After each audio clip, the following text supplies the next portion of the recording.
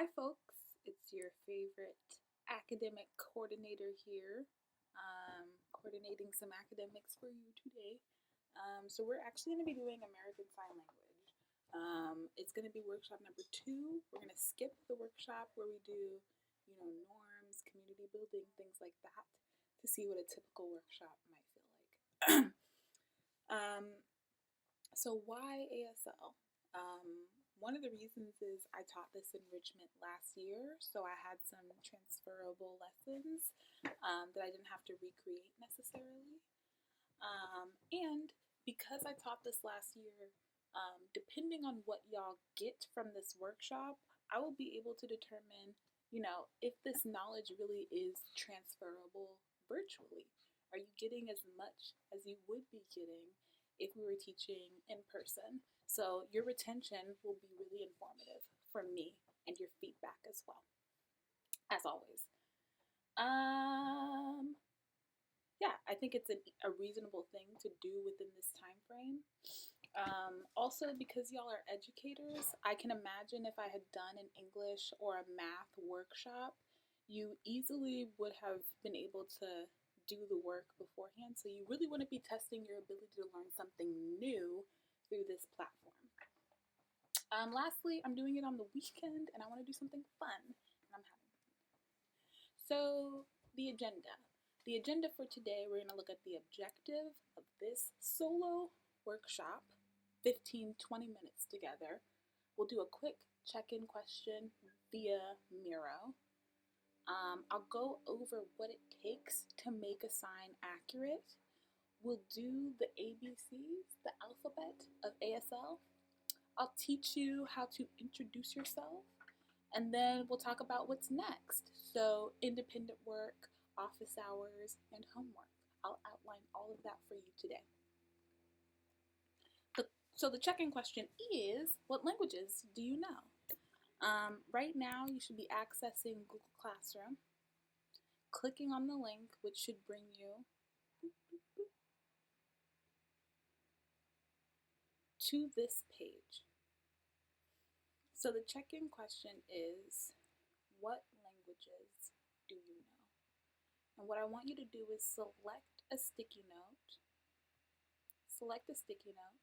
and keep the same sticky note for your name, the same color, so we want all BBs to be blue. And then move it from your sticky note pile to the languages that you know.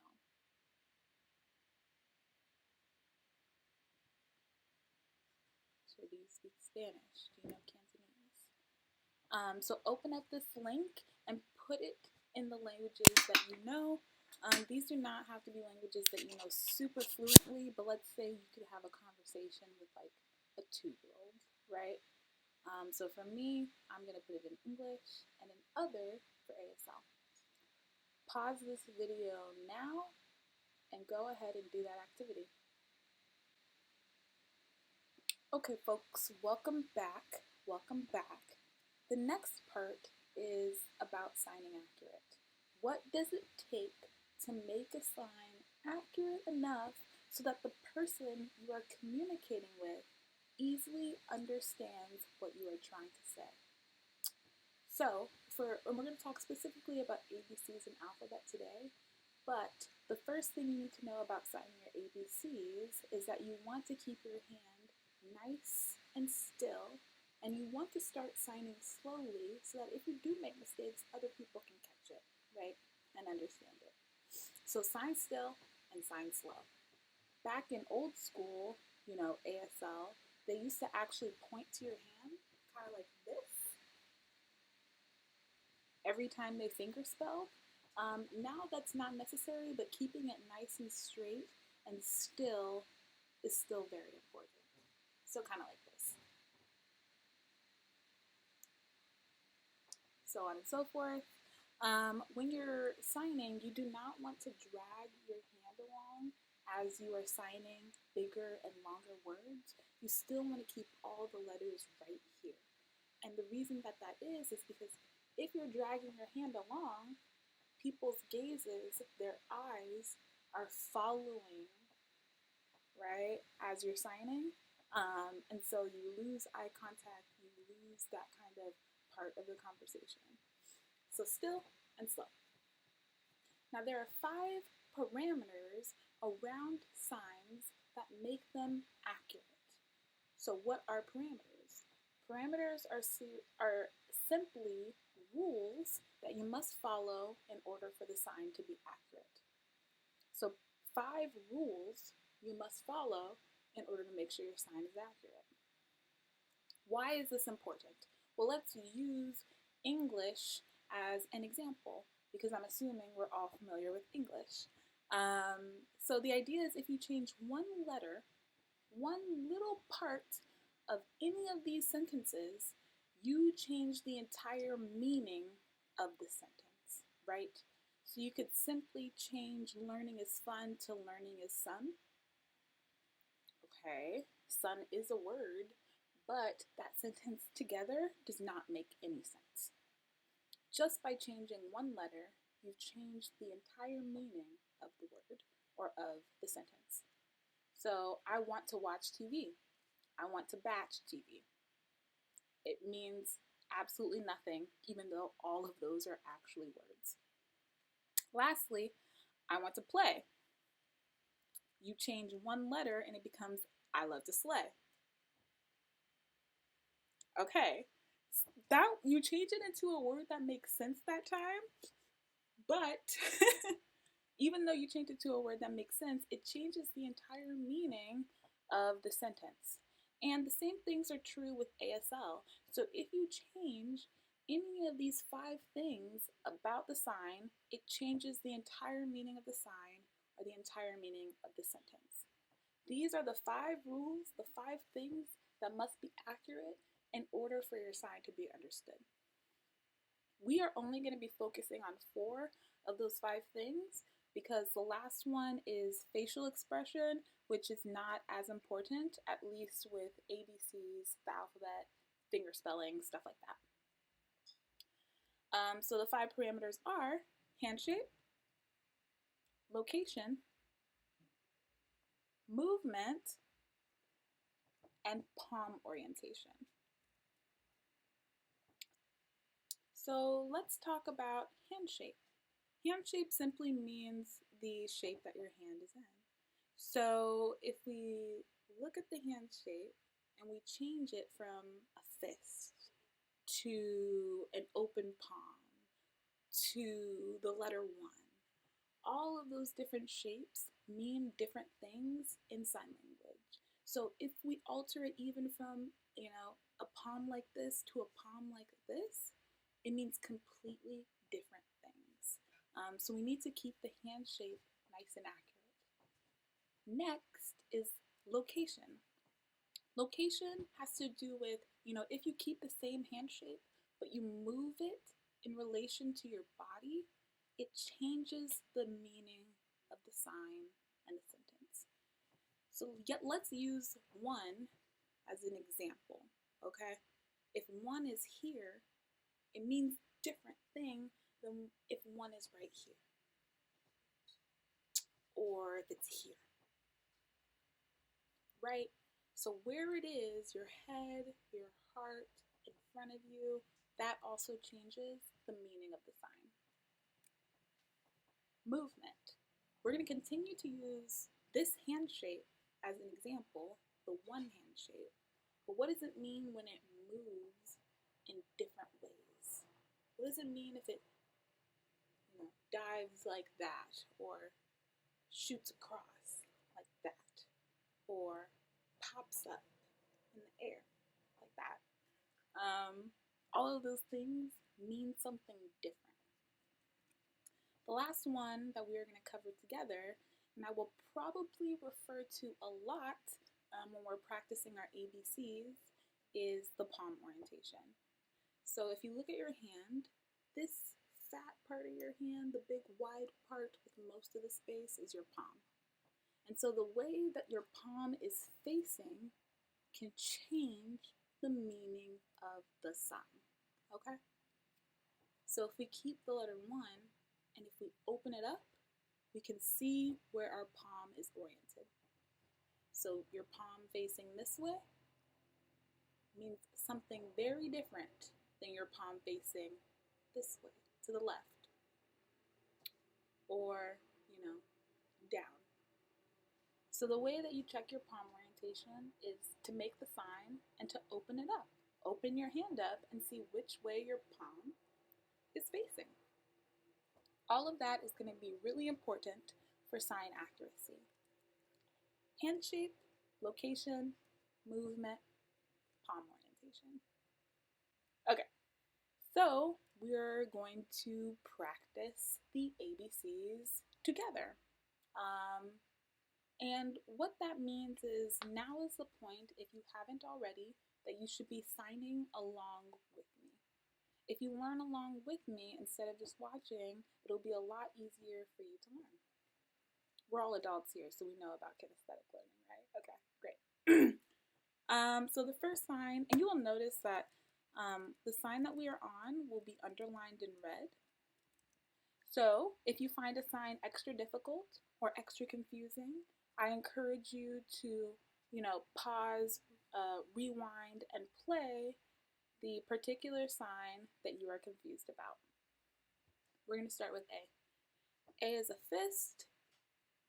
The important thing about A, because there's a lot of fist letters, is that the thumb is on the side of your hand and pointing straight up. B. So for B, the important things are that all of your fingers are closed together and the thumb is directly in the middle of your palm. C. Now with C, it looks like a C, but I want you to take extra special attention to the palm orientation. Take a moment to think, if you were to open your hand up right now, which way would your palm be facing? Your palm would be facing to the left. So the palm orientation is to the left. And that way, if someone's reading your sign, they can see it really clear to see. D. D is a little pointy finger. And, I'm changing it just to demonstrate and just to show you, but D has a little bit of a hole in the middle. Boy. D. Forgot to change the red part. Okay. E. E is with your thumb and your fingers pressed up against the palm, so you want your E to be as flat as possible. E. F. F is kind of like you're saying, okay, it's all good. Your pinky, ring, and middle finger are sticking up. Your pointer finger and your thumb are connected, making a little O. G. G, you have your pointer finger facing outward, and your thumb is also facing out. H. With H, you have your pointer finger and your middle finger facing outward. However, your thumb is actually tucked in. H. I. I is another fist, but with this one, the pinky is sticking straight up. J. J, you simply scoop. Same hand shape as the I, but a different what? Same hand shape as the I, but a different movement. K. K is a pretty difficult sign, so if you're struggling with making this shape, start off with a peace sign. Move your middle finger slightly forward and then touch your thumb to your middle finger. And that's how you make a K. L. LOL. L. M is a fist, but the thumb is between your pinky and your ring finger. M is a fist between the pinky and the ring finger. N is very similar, you just move your thumb over one slot. So it's a fist, but your thumb is between your middle and your ring finger. Right there in the middle. The letter N. O. Now what is the palm orientation for the letter O? Which way is O facing? It's actually facing to the left, so you can see the circle in between. O. P. P is the same hand shape as a K, however, it's pointed downwards. So the palm orientation for P and K are different. So you make the peace sign, you touch your thumb to your middle finger, and then you point it down. Q. Q is the same hand shape as a G. That means your pointer finger is out, your thumb is also out, but it's pointed downwards. So it has the same palm orientation as a P. But this is Q. Did I say P? This is Q. R. R, make sure that your middle finger is sticking straight up and your pointer finger is just resting against it. An R can be the hand shape that can really tire your hand out. And the way that it'll tire people's hand out is they'll be, crunched up like this, but your middle finger should be nice and straight. And your pointer finger should be in the front of your middle finger. S. S is another fish shape, but the difference between an S and an A is where the thumb is located. So it's a different hand shape. The S, the thumb is in the front. Kind of like Black Power. T. T has the thumb between the pointer finger and your middle finger. Between the pointer and the middle. U. You have your pointer and your middle finger sticking straight up and they're touching. V. V is the same as the U except the fingers are not touching. W. W is the same as a V, but you add your ring finger to the mix. It literally looks like a W. X. X, you start off with a fist, and then you raise your pointer finger to a little hook. So it looks like this. Y. You could start off with a fist, open up your thumb, open up your pinky, and you have a Y. And then Z. Boop, boop, boop, boop. Make a little Z in the air. You just draw it. So what I want to do together is just run through the letters of the alphabet one time, nice and smooth.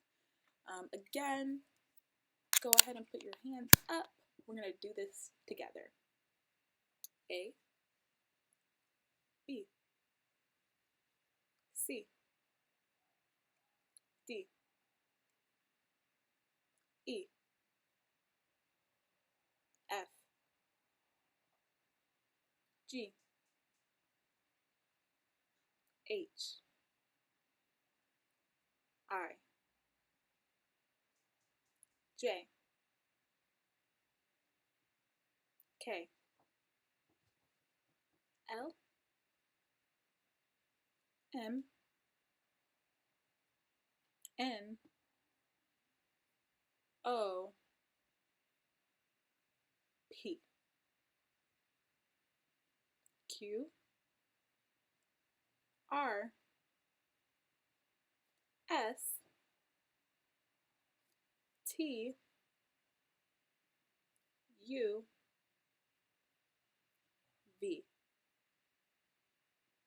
W, X, Y, Z. Good job. Congratulations. Hopefully you know a little bit more sign language than when you started, right? So, how we met today's objective? Today's objective is I will be able to introduce myself. No, we have not met today's objective. I need to teach you how to introduce yourself in sign language, which means you need to know 3 more signs. Hi. Oh, sign along with me. Hi. My name. Hi. It's a open palm stitch. My, it's another open palm but to your chest. And then name is the H hand shape, but the movement is that it boop boop, it double taps. So name. Hi, my name. So let's see if you can figure this out.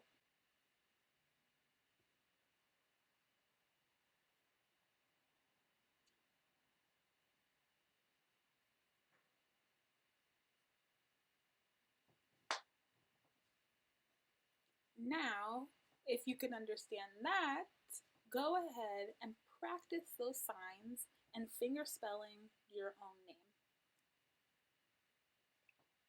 What's up next? So what's up next is y'all have a little bit of independent work. I want you to go ahead and practice the alphabet 10 times and then practice the words as well from our vocab list that you can find on Google Classroom.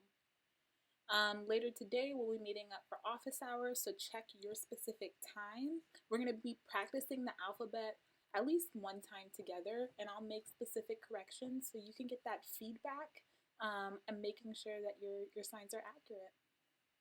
We will also be doing some ABC flashcards. So either I will pick up a letter and I will flash that to you and y'all will tell me what the letter is, or I will pick up a letter, you will flash it to me, and I will tell you if it's correct. And then lastly, homework. I want you to upload a video of you introducing yourself as 3 different famous people. So like, hi, my name is Cher. Or, hi, my name is Mary. Vikia, right? Y'all aren't famous, but yeah, upload that video, and that's your assignment. I will catch y'all next workshop. It's been lovely.